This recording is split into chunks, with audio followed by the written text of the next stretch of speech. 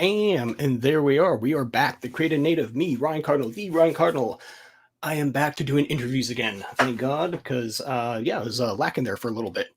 Hopefully, everybody can hear me just fine out there in the land that is YouTube. Let's go into the comics here. We got everybody out there. We got Felix Haas, who I just made a new mod because he likes to do that stuff and is very, very good at it, much better than I am. We've got Nefarious up there. He's the first in. We got B Rose.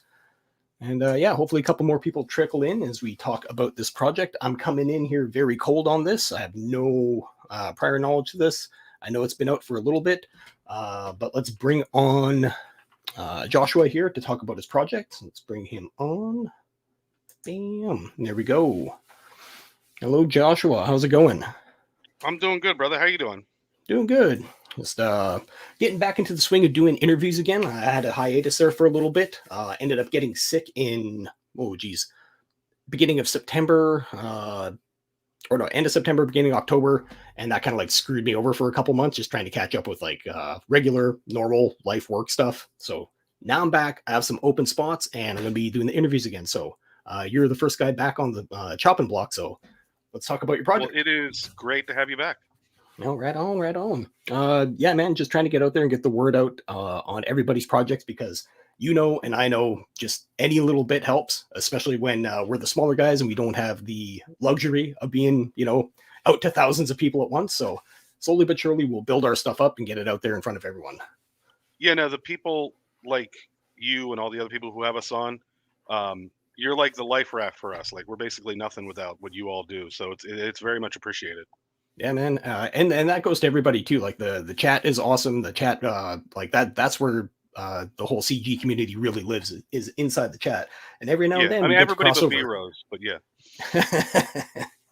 I love B Rose. And he's got his project coming up here pretty soon, Cerebrum, which is dope. So I'll have him on. We'll talk about it. Maybe I think it's going to launch on the same time. And those streams are just fire. Oh man, yeah. I've fallen off a little bit. I've just been super busy as of late, so there's like a catalog of stuff I've missed out on for the past like couple of weeks. So, and as you know, once you're off for a couple of weeks, you come back and you're like, oh, what's happened? What's going on? Yeah, there's like a whole new lingo. There's a whole new language. There's a whole lore you have to relearn. Absolutely. Yeah, no, it's pretty funny that way too. Let's see. Let's bring up your project here. I'm just going to bring up everything. And there we go. So walk me through this. Like I said, I'm coming in cold on this. I have no idea, and we'll just go through your page here, and then we'll watch the trailer and kind of take it from there. Yeah, so I got a couple books under my belt, and this is kind of my largest, grandest endeavor to date. It's NOIRLEM, which is basically noir plus Harlem. It's set in 1920s Harlem, old New York. It's about a serial killer that stalks the Hudson River area, and the birth of two heroes, a rookie detective and a complete amateur, who kind of come together and start to piece together that there's these murders happening that are connected in a time where, police procedural's a little bit lacking. And so they're the ones it's up to them basically to figure it out and track down a killer. And era-wise, is this taking place like in the past, or is this like 1929? 1929. Okay. Cool. Yeah, digging. And I assume this is the cover image that we got going on here. Yep, this is another great cover by Kane and White. Oh, badass! Can't go wrong with Kanan's artwork, man. The guy's a beast. Yeah, noir. Noir. I'm trying to think of the aesthetic is you see a lot of like collages of just like different things on a movie poster, and I really wanted to capture that, and he did an outstanding job of doing that here. Yeah, no, you got like the cityscape in the background that helps set the setting. You got the woman, the streak of blood. Yeah, that's dope. So it really helps evoke that idea of mystery and intrigue going on. And I'm assuming the center character, that's our main detective. Yeah, so the main character is Coleman Carmichael. He's just a guy that lives in Harlem. He teaches part-time, he tutors part-time, but he's just one of those people that like has a knack for learning. He's always, out there trying to find something he doesn't know and learn as much as he can about it. And he just has kind of a knack for deductive reasoning. So when there's a mysterious death in his own apartment building and the police come, he's the one that's able to piece things together, and that gets the attention of the other gentleman there, Jay Baldwin, and they just start working together, riffing off each other, and it's off to the races to catch a killer. Okay. So the main character, is he a PI or is he just a dude who can just piece stuff together? He is, yeah, he's just like a teacher. Okay. And Okay. this is the story of him kind of discovering his knack for being a detective. So, the Sherlock Holmes story starts off, and Sherlock is already an established detective. This is more of an origin story for the character, layered over a serial killer murder mystery. Okay. So he's got the ability to connect the dots, and he's kind of going like, "Why the hell can't you guys see this? What's wrong with you people?" Yeah, but I mean, the thing is that they work, the two of them together solve the case. You know what I mean? It's not like Yeah. Coleman walks into a room and just knows everything that's going on. It Yeah. really takes them working together uh, to get the answers. You know what I mean? I didn't want to have that kind of BBC Sherlock character that just figures things out that you as an audience member or a reader in this case just didn't have access to, and just has this Yeah. kind of almost magical ability to perceive the truth. Yeah. Yeah. Like I can't remember what it is. It was like one of the Sherlocks. He figured out like the combination to the lock because it was like the chick's bust size or something like that. I'm just like, Yeah, okay. that show, you know what? Not to go off on a tangent, but like that show, the pilot episode was so good and got so many things right, and then everything that came after that was just like everything everything that makes like a bad mystery. Yeah. It almost like it's still enjoyable, but it almost seemed like it went like almost like fantasy realm in a way. Yeah, yeah, with like the Wolves of Baskerville, or Yeah. I don't know, we're straying too far. Let's get rid of that. There we go. Cool. That's awesome. And I like the whole thing too, though, where you're taking the characters and actually having them to sit down and do the work. Like that's a big thing I find with a lot of detective stuff is it the detectives aren't doing the detective work. They're just kind of like, oh, check it out. I found the thing. Yeah, it's like the two characters fight. They argue a lot throughout the book. Um, but the book is also presenting just like different perspectives that uh, neither one is just inherently right or wrong. They're just coming Hmm. from two different places in life, and there's nothing that's okay. You know what I mean? Yeah. It's okay to just have disagreements. Um, the key thing is the objective that is met in the end, and that's just two people that are just trying to do the best that they can. Yeah. And getting to the bottom of the case. That's cool. And you said with this being the origin story, I'm assuming that you have more planned for this down the road. Yeah, so I wanted, since you know how whenever you have an origin story, sometimes the origin story can kind of overtake the actual story. So Hmm. there's not a lot there to chew on other than this building up of a character. Yeah. So for this first book, I just really wanted there to be like a serial killer, like something that's just massive in scale, so one doesn't really wash out the other. That Hmm. they're both, kind of working in tandem over the course of the book. Um, so future installments are going to be a little bit uh, not as grand as a serial killer. It'll be more about like just traditional murder mysteries and the cozy noir mystery story is what I'm Hmm. going for. Nice. Um, again, this is just me kind of like projecting into your world, seeing what you have might be going on. Would this main character eventually become a detective, or is he kind of sticking with the teacher role for possible like future stuff? Um, yeah, I don't know how to answer that without giving away the end of Yeah, the yeah, book. yeah, yeah. You know what I mean? Okay. Um, yeah, it's just where my mind goes. As soon as you mention this stuff, I start like rolling off like Well, where I think characters can go, how they historically, could if do. he were to do that, then I would be overwriting history, because the first black police detective in the NYPD didn't happen until about, I think it was 6 years after the time of the book. So that would involve like actually like literally rewriting history for the sake of a fictional character. Mhm. Let's scroll down here a little bit more and see what else we got going on. All right, so 90-page full color, set into 20s, murderous intrigue. Um, There's a couple other questions I had like rolling around, but I'm trying to like dance around the fact like I don't want you to like spill the beans on anything because Yeah, no, no, obviously, no. I mean, no, yeah, it's a legitimate challenge.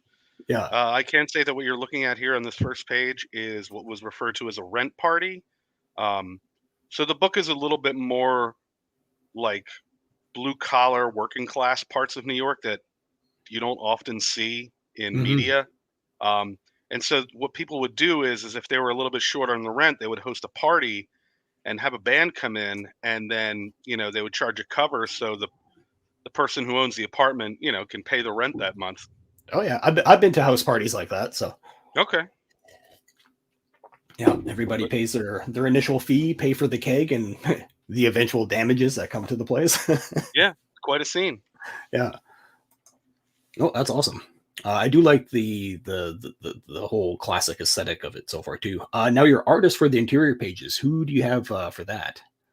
So the line art is Roel Roque. The colors, it's a woman by the name of Miriam Yasser, and she's like the unsung hero of the team because these colors are absolutely gorgeous. Hmm. And the letterer, I still don't remember his name. I'm so sorry. If you're a letterer, I don't mean to disrespect you, but I have yet to remember this gentleman's name or taking the time to look it up before going on a stream. But I will get it right one of these days. Yeah, it'll come to you when it happens. So Yeah, yeah, yeah. No, I like the look of the colors. Like it's got a very like almost like watercolor vibe to it, yeah, but not washed out like watercolors. Like it still has that pop and vibrancy to it, which is interesting for a noir book. Usually they're very like dulled yeah. down, gray tone. Like really harsh shadows and Hmm. Marco Ventura, that's his name. Now I've finally said his name. His name is Marco Ventura, the letterer. Yeah, definitely digging the color aspect on this. It's nice.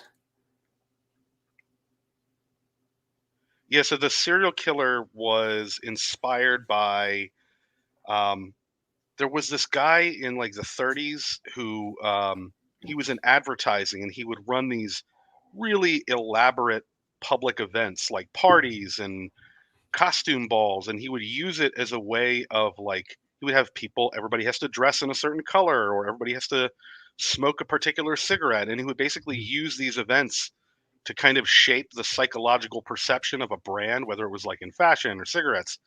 And Who's this? Edward Bernays? it may have been I can't remember his name, but he went on to work for the US government and do all these kind of clandestine operations using the same tactics but in like South America to kind of shape the political landscape. It may And well been, yeah. yeah. And I basically just took that idea of like, well, what if a serial killer started doing that? What if there was a serial killer who was trying to shape the public about something psychologically and using murder as a means to that end? Because it's such a good striking thing, and it causes such a psychic core break, and especially if Yeah, there's like a message or something particular to that murder, it rings in everybody's head. yeah. Plus, it satisfies that what I think makes a good mystery is that when the reader gets to the end and they learn just what that is, Hmm. they're going to be able to go back and see all of the ways in which it was shown to them, but in a way that they hadn't really considered on the first read through. Yeah, and this is one thing too that I like about certain aspects of murder mysteries, especially when it comes to the killer side. I find that a lot of stuff when they present it, it doesn't focus on the killer. He's just there as like this enigma or this monster doing his thing, as opposed to someone who has a plan, is thought out. There's a reason behind it because that's usually how they work. Yeah. Or it's something really boring, like it's, the husband. Yeah, yeah. Yeah, if it's just a straight murder, yeah, it's just like, yeah, guy got choked, went into Yeah. rage, and that's what happened. But yeah, if it's somebody who's trying to get a message across, kind of like in that Seven vibe, where he has his grandiose mission, and Yeah. he's setting everything to make it happen. And he's caught by literally walking into a police station. It's somehow more exciting than like 90% of. And I think Seven is considered like neo noir. Hmm. Yeah, it's definitely one of my all time favorites. I've been working on like a murder mystery thing for a while, just been put on the back burner right now, but it's yeah, that's definitely kind of the vibe that I'm going for with that. Yeah, so book 2 is gonna be a little bit stripped down, but it's gonna be a little bit more historical. Okay. Um, so, like, references to, like, forensic history because this was, like, right when Mm. forensic science was kicking off. Um, there's this famous photograph called I think it's called, like, The Beautiful Suicide, in which this woman jumped to her death. She landed on a car, but she landed in this position that just was very angelic, Like and somebody almost photographed elegant. it.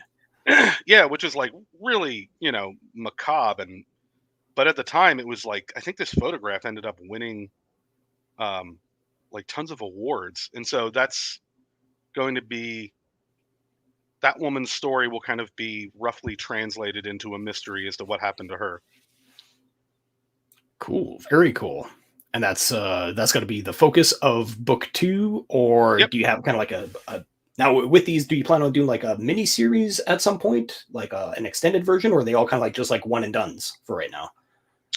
I want to have it because with this book, the 90 pages is the entire mystery. You're not going to get to the end and have it to be continued or anything, Hmm. but there's like a parallel character arc that's just going to kind of like just keep going. Like I think Okay. there's a lot that can be done with these two characters kind of working together and then not working together, and maybe they have a punch up every now and then.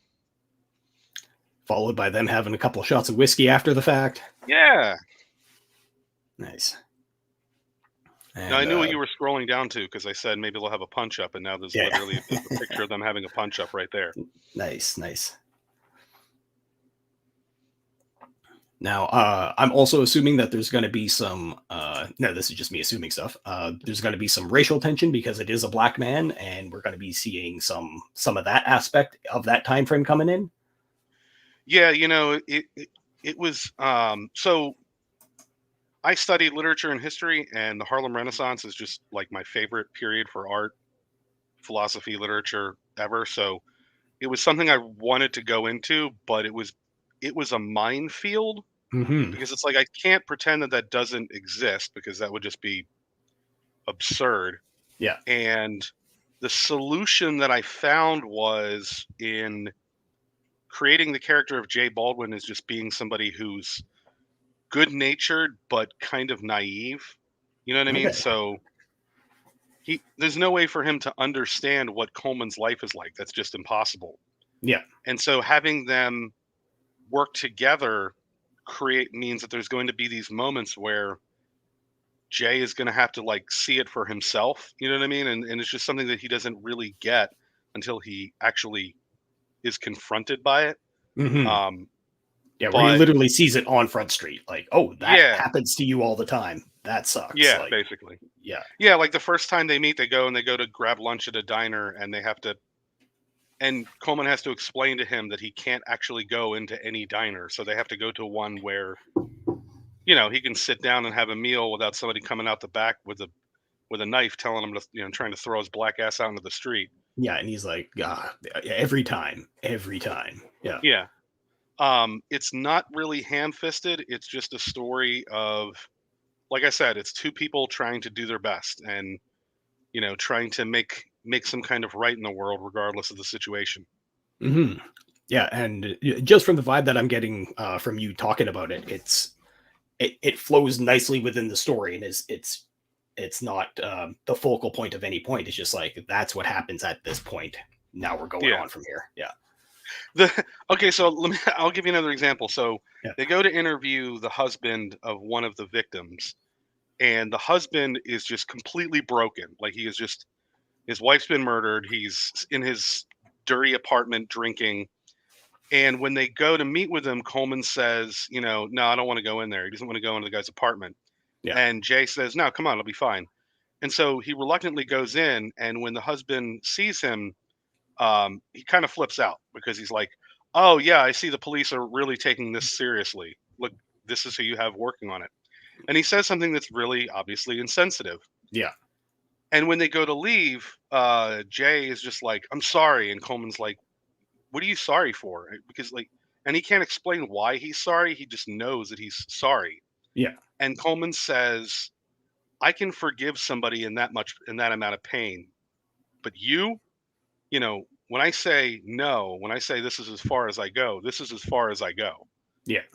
And so it's more along that line. It's not clubbing you over the face with Mhm. it. Yeah.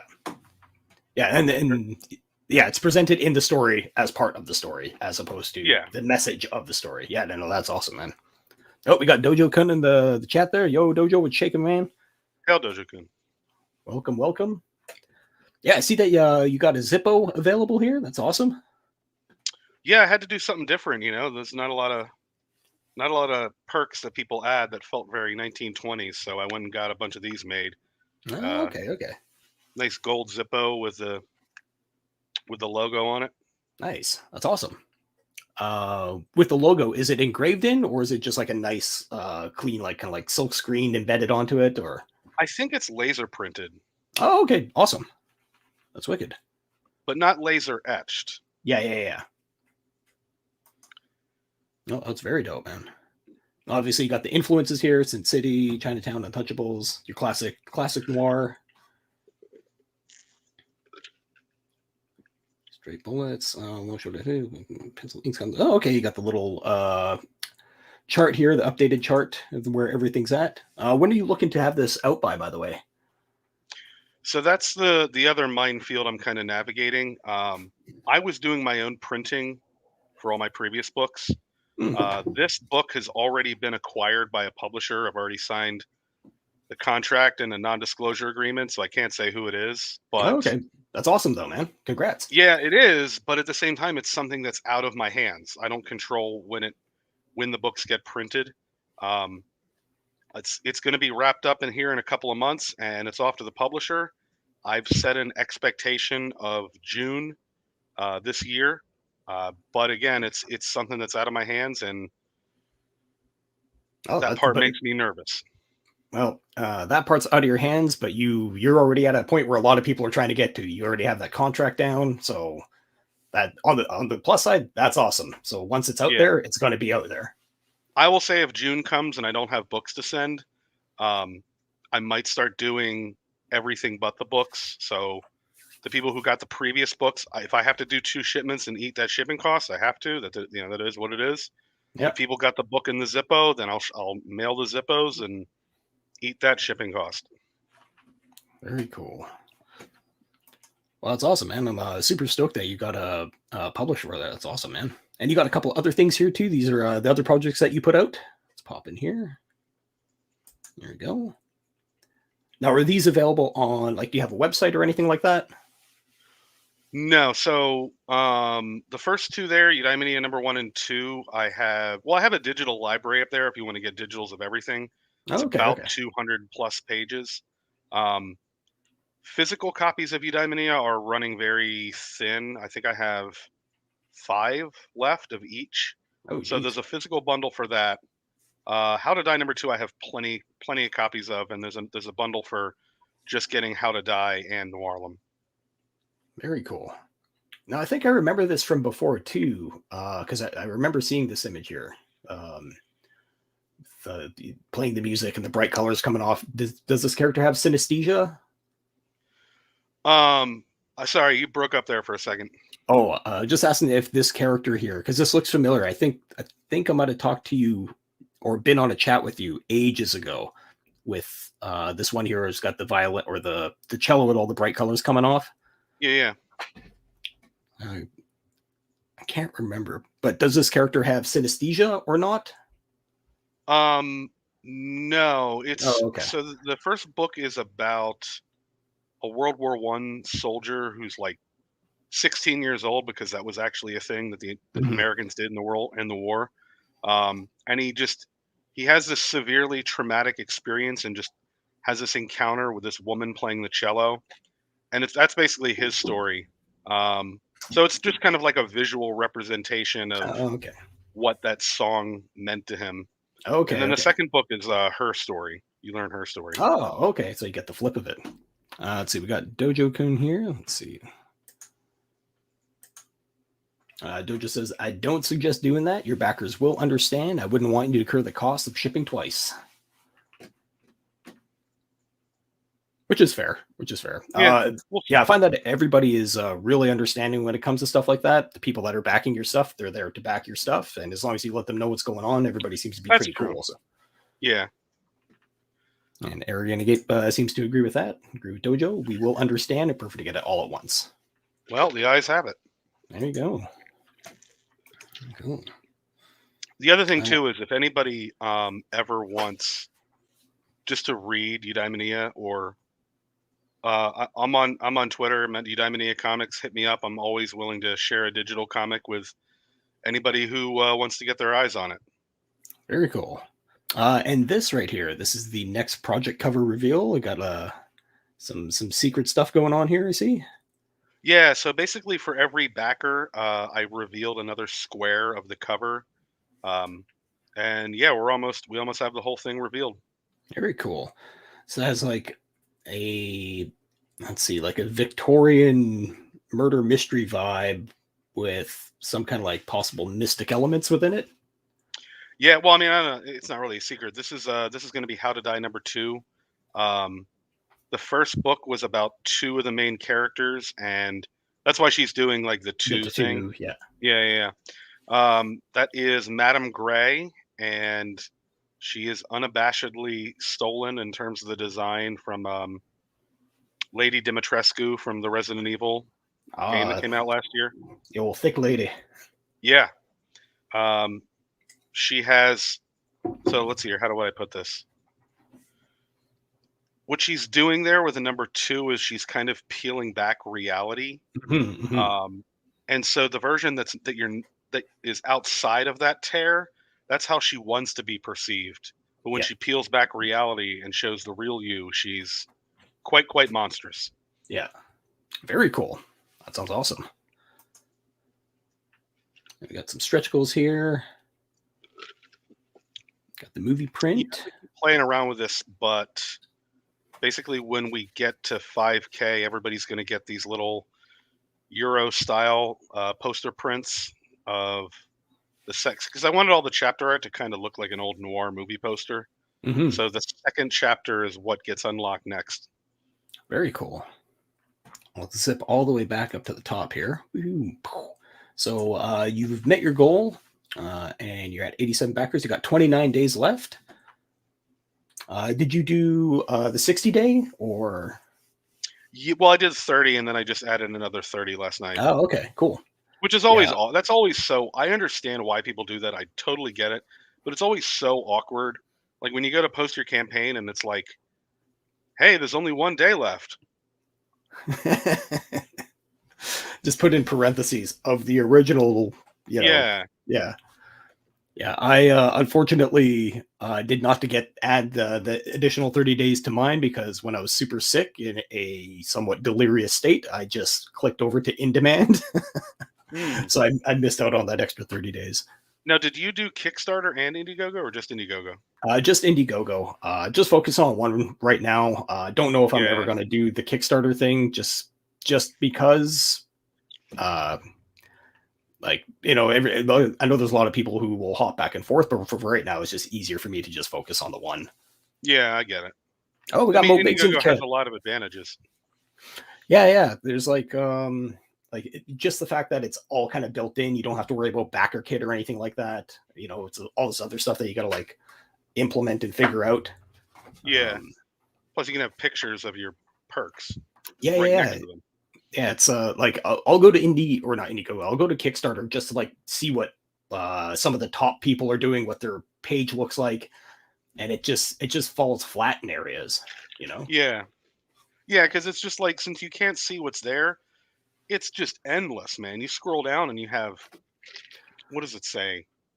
Like a separate section just to put pictures of your perks. That's kind of insane. Yeah.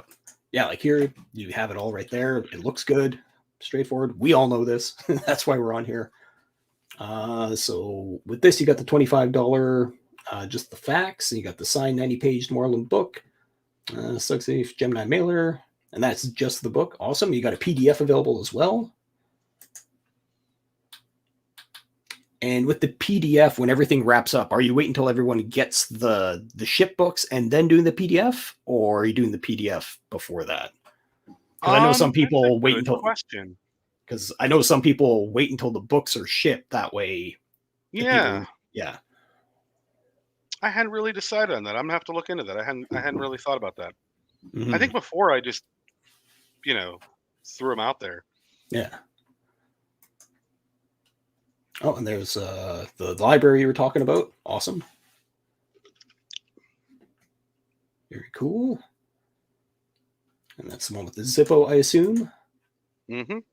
Awesome, awesome. That's only for 35. You know what? That's a killer deal right there. Yeah, man, the lighters are super nice. The only thing is you have to go to like Target and get like a $2 bottle of lighter fluid. Otherwise, I wouldn't be able to ship them. Yeah, yeah. You don't want to ship paper and fuel. Yeah, that's how you end up on a watch list. Exactly, exactly. Here we go. We've got the NOIRLEM physical bundle. And those are, yeah, that's awesome. That's another killer deal right there. Very cool. Yeah, get you primed for How to Die too. Play it again, Sam. 2 pack. Got the retailer bundle. I know that some people have had some good success with the retailer bundle, but yeah, it's something I haven't looked into yet. But also, I got like a super low print run with my stuff, so Mm, might be something once I do the collected version of yeah. Caius. But first edition bundle of all this stuff, dope. 120, awesome, man. Very, very cool. I dig the way the project looks. I like the fact that it's bright and colorful for a noir book. Let's take a quick look at the trailer here and go from there.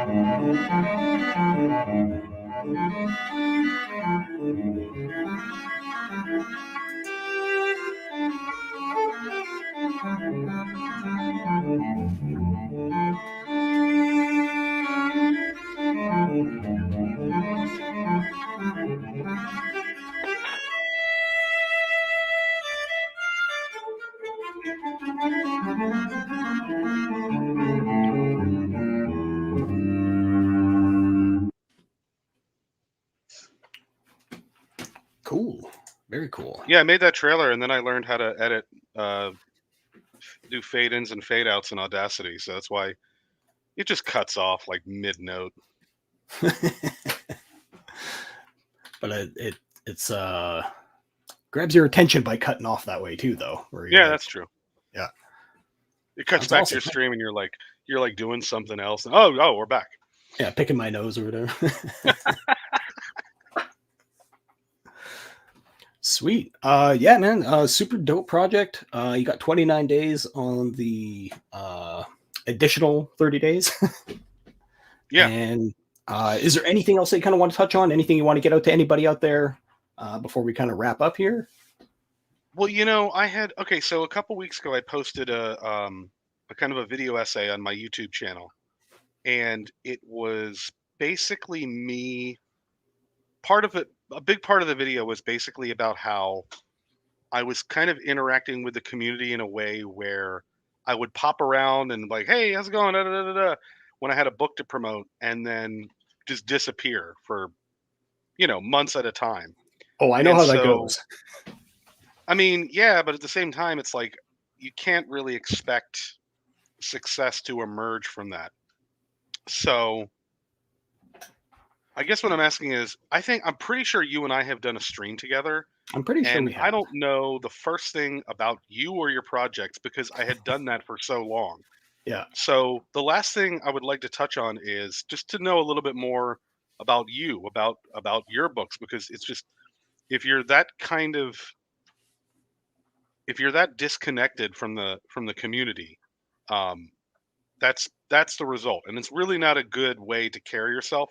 And so I'd like to start kind of making amends for that by getting to know more about other people, Getting to know you. Getting essentially. to know you. Yeah, man. So, about me, I got my Project Caius, A Story of Blood and Stone, issue 1 and 2, available now on Indiegogo. Bam, there we go. We just crossed over the 100 backer mark, which is totally awesome. I'm planning to have this printed by March. Hopefully, have it start shipping by the end of March. Action adventure, very much in the vein of the classic shonen. Dragon Ball Z, Naruto, that whole vibe. Uh, People beating each other up and going on a big adventure along the way while trying to save one of their friends. And we got the main characters here. Nitto, 15-year-old kid, tasked with finding the one thing that might save his friend Catmaster Lee in the background. And so he sets out into the world with his friends Trigger the Chicken, Sissik the Snake, and the adventures they have along the way is what we're going to find out as we go through the pages and story of Caius, the story of Blood and Stone.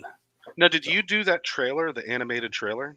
I did. I think you kind of were working on it when it wasn't complete. We were on a stream, and I think you were still putting that together when that was going on. I remember that. That was really cool. Oh, thanks, man. Yeah, I kind of took a hiatus from doing everything and taught myself how to animate, and now I know So how to animate. was there either like something or somebody or some work or just some moment that made you wanted to be a storyteller? Because I think that you know, we're the storytellers, right? Mhm. One of the oldest and most important things in the history of human civilization. So I'm just kind of wondering, like, what was it that kind of made you want to follow the spirit of this ancient, timeless craft that we are both in?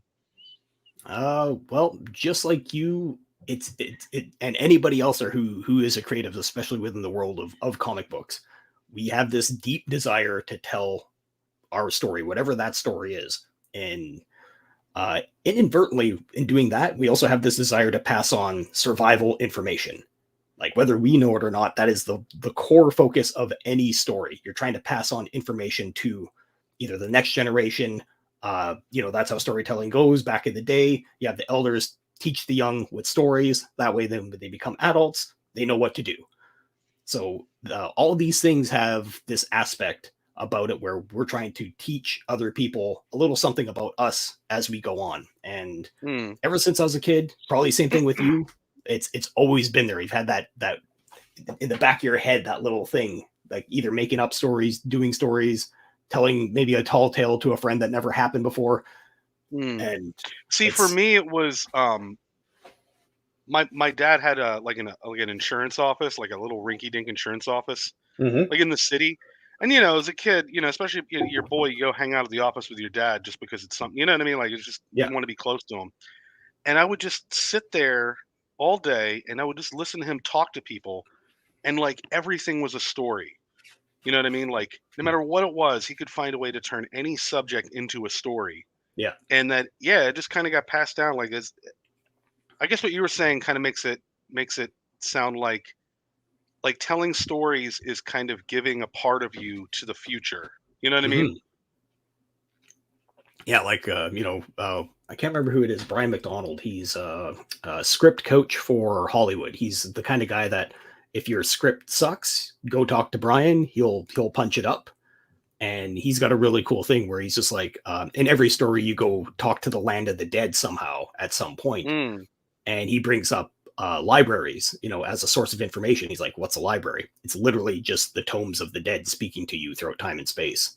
I was like, "Ah, damn, that's pretty dope." I never thought of it that way.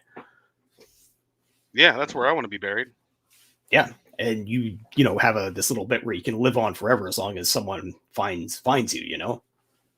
Mm. Yeah, I think Socrates said something to that effect. Hmm.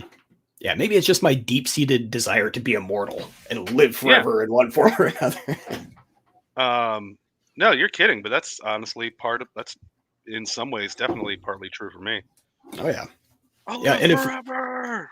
one way or another, man, it's and we all have it. Like I'm a tattoo artist by trade, and it's one of the things about the trade that bums me out a bit is like there's countless pieces of art I have done. They go away. They don't exist. Yeah. Like that person passes, that art's gone. Like it's over. So that way it's its own unique thing, but at the same time it doesn't live forever. Oh crap! What's that? Look on my look on my works, ye mortal and despair. What is that? What is that poem? Oh, I have no idea. I'm The not a guy learned from man. the guy from Watchmen is named after it. Um, Oh, Ozymandias? Osmandius. Yeah. So Or Ozymandias is, Ozymandias, yeah. yeah, the ancient poem about how the irony of it being that Ozymandias's statue says, "Look on my mighty works, ye mortal and despair," but the statue is utterly broken. You know what I mean? It's like nothing lives forever. Yeah. I'm sorry. You know what? I went and pulled your show and just a complete Oh no, oddball. that dude, that's how the show goes. Like there's no format, there's no nothing. So if we end up in a place, it's awesome. So All right. yeah. No, yeah, pretty much. Awesome question by you, by the way. Like the flip of the phrase on me, the interviewer. But yeah, anybody who's out there, make sure that you go and check out. Let's bring it back up here. Oh, one thing I was gonna do. So you may not be into the tattoo world, but I just wanted to bring up a couple random things here, and I just want your initial reaction on them. Just your Hang on, gut I'm pulling out instinct. my arm. Oh, okay, cool, awesome. All right, so 3, 2, 1.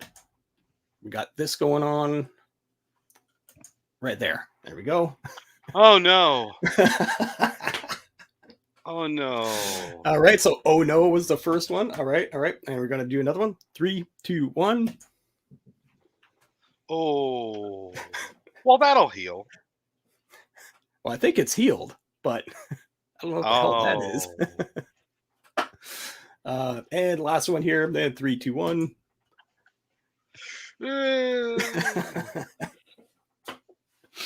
All right, so those are the reactions that we got. That's exactly what I was looking for. It looks like that horse swallowed a black hole that's now consuming it from the inside out. Spaghettifying from the butt inward. Yeah. One of my favorite things is just to look up old tattoos, and this is Sucky Tattoos on Instagram. So it is a invariable wealth of entertainment for me. So I just wanted to bring this across. Well, I have a story that is kind of like the inversion of that. The guy who did all of my tattoos, he and I are both like big Philadelphia Eagle fans. Okay. And he had his first child and named it Carson after Carson Wentz, the starting quarterback of the Philadelphia Eagles. Okay. Within about a year of that, Carson Wentz just started playing like unbelievably terrible. Like there has never been a quarterback that had gone from such heights to such unbelievable lows. Yeah. And within a few years, he was traded, and I haven't seen him in years. But I always wonder, like, what story are you riding with now as to why your first kid was named Carson? Yeah. It's yeah, and like I understand it's your kid, like that's never going to change, but just the origin stories of it. That's a tough L. Yeah. My one of my old mentors, he ended up writing, what is it?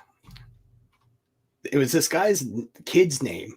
And he comes in, he's like, my kid's name is Aries. And he's like, all right, cool. What do you want? He's like, big block letters. And like, this guy's like jacked to the nines.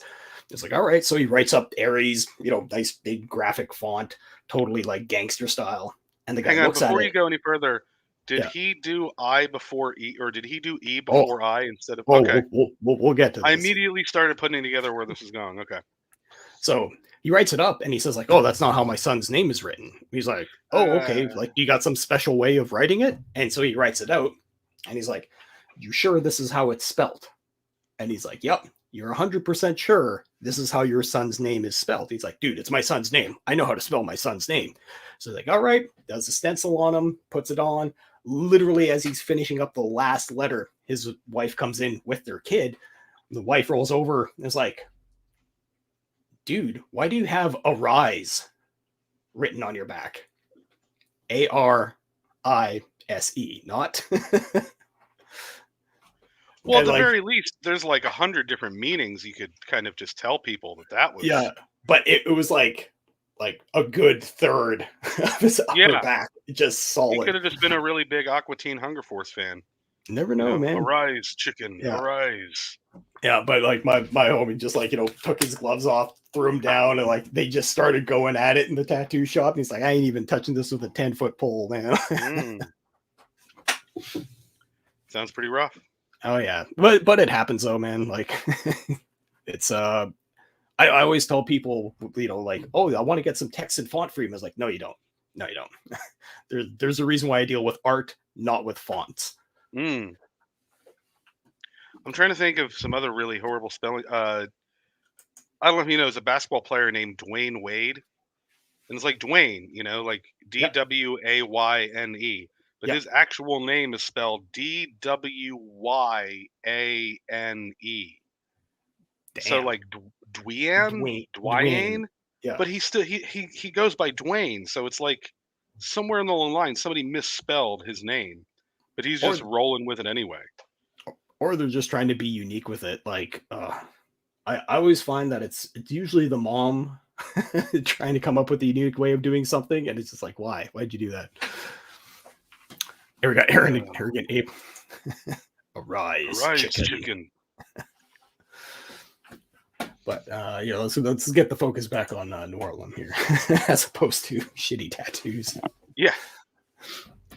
Yeah, man. Super dope that you got a hold of me. Super stoked that I can get you on the show. If anybody is out there that is a mod, feel free to post that link in there. And everybody's got some time to get in here. Let's try and bump this up as much as possible. Let's at least get them tried up to, at least 90 backers. It's 3 backers away.